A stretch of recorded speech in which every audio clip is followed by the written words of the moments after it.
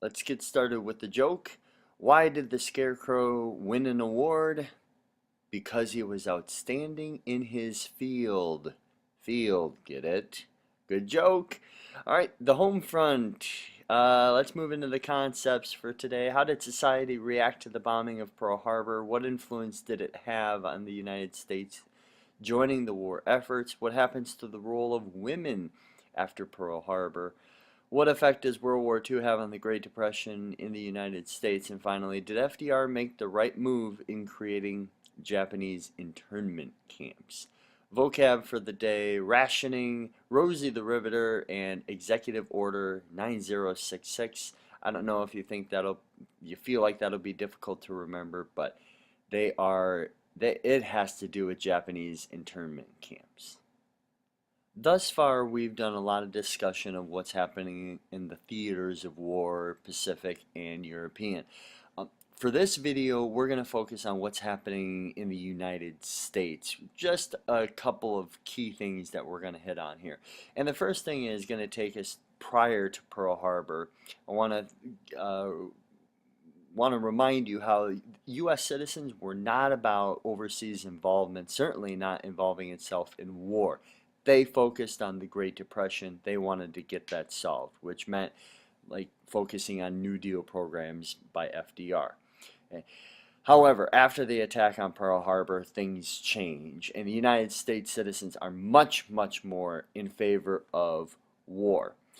Which is interesting because when that happens, the economy of the United States transitions into a wartime economy, which changes the landscape of what is being produced in factories and different industries across the nation. And it's going to catapult the United States right out of the Great Depression. Okay? And we've already discussed this, that part of things. What also happens in the economy, though, is agriculture and its production is going to soar. The weather simply does get better, but there's also now a high demand for agricultural goods. And if you ask yourself, why is that? And if you think back to World War One, because of the war, there was a high demand for agricultural goods overseas. They needed food. Well, now the United States is going to war, and we're sending many of our own. So there is a higher demand for agricultural goods overseas. Inside the United States, again, what about those who aren't fighting in the war and just living out a somewhat normal life at this time? Well, the middle picture here tells you what they are doing. They are focusing on rationing, taking only what they need, and then to make sure that they are giving enough or allowing for enough goods, foods to go overseas and help out the soldiers. The next area on the home front that we'll take a look at will be in the area of minorities. And there are over 300,000 Mexican Americans that are going to be involved with the military, over 1 million African Americans. So minorities certainly have their place in fighting in World War II. However, there is a question that looms out there for all minorities that do put their lives at risk in World War II. And that question has to do with what country they're fighting for. Okay? And what I mean by that is the United States is attacking a country like Germany, which is oppressive and is discriminatory against certain groups of people. Well, minorities are being drafted to go fight in this war for the United States, which also happens to be oppressive and discriminatory against minorities. So, should they really be fighting for the United States? It's not that they should be fighting for another country, but if your country is discriminatory toward you, are you going to want to fight for that country? It's a tough question to answer, and it was a tough question for many people at the time. For women, they are going to take on a similar role, yet distinctly different from compared to what we saw in World War One. And in World War One, we saw a lot of women enter the workforce when men went off to World War One to fight. And we see something very similar here. Women are going to join the workforce to help out the wartime economy in place of absent men who are off fighting in the war.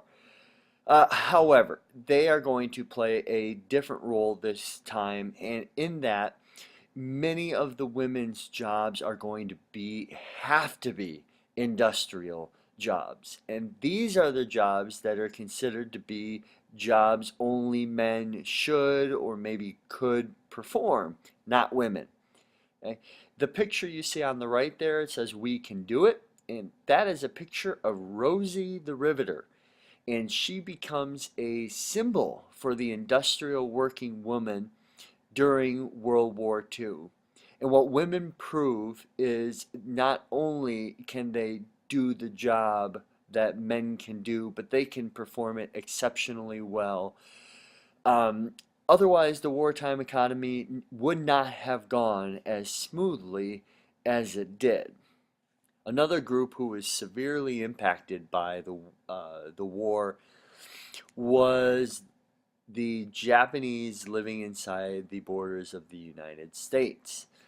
And the main reason for this is because of FDR's signing into law Executive Order 9066, which is the establishment of Japanese internment camps. In 1940, they last from 1942 to 1946, and they're located primarily on the west coast of the United States. That's the reason for that is you have to consider the world geography and where Japan is located compared to the United States.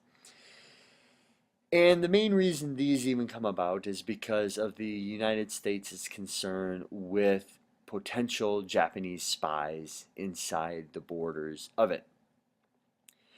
So the solution that the government comes up with is to lock up all Japanese people living inside the United States. Some will make the argument that this is good for all these Japanese people because there's a lot of hatred out there for those that are Japanese because of what happened at Pearl Harbor. Okay. However, there are some problems with this. Not only are you locking up those who immigrated into the United States from Japan, but you are actually locking up American citizens. There's a group of people, and it's a large group in the internment camps. They're called Nisei.